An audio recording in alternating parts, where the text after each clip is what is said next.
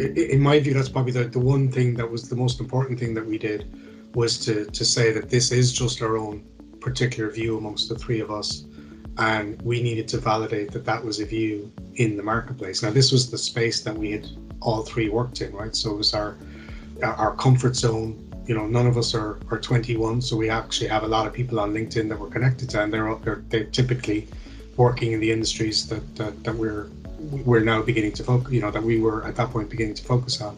And so we went out and we had what we called market or product validation meetings. And now all it was, well, initially it was just 15 minutes of asking the clients a handful of questions, but really it was about listening.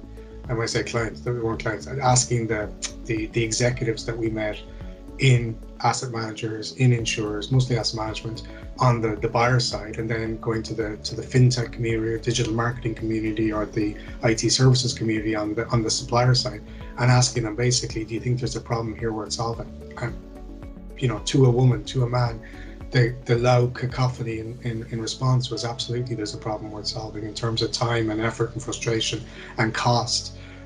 It was just a massive waste and time sink for the RFP process on both sides, for both the buyer and the seller. And in many of the buying side firms that were smaller, so tier 2 and below, they didn't have procurement teams and procurement knowledge and procurement tools and expertise around the process. So for them, it was even, you know, it was a scary, you know, experience as well as time consuming and costly.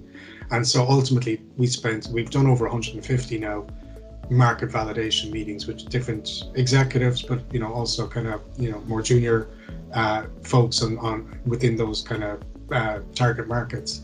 And yeah, the loud agreement. And then we drew a diagram of what we thought we were going to build and asked them. That was the second half of the conversation. The first half was just tell us your problems, tell us, is there a problem, tell us, you know, what does this make you think about? And the second half was, well, do you think this would be a good idea if we built it? And again, there was support for building it. Obviously they didn't know whether we would succeed or otherwise. But yeah, for me, that was a huge effort. And when we went to look for money a little bit, you know, with kind of Q2 of last year, it was those market validation meetings, and we videotaped a few of the workshops that we did, and we had feedback that we were able to quote from the different people we've been meeting, that brought alive the fact that this was a problem worth solving when we came to talking to investors.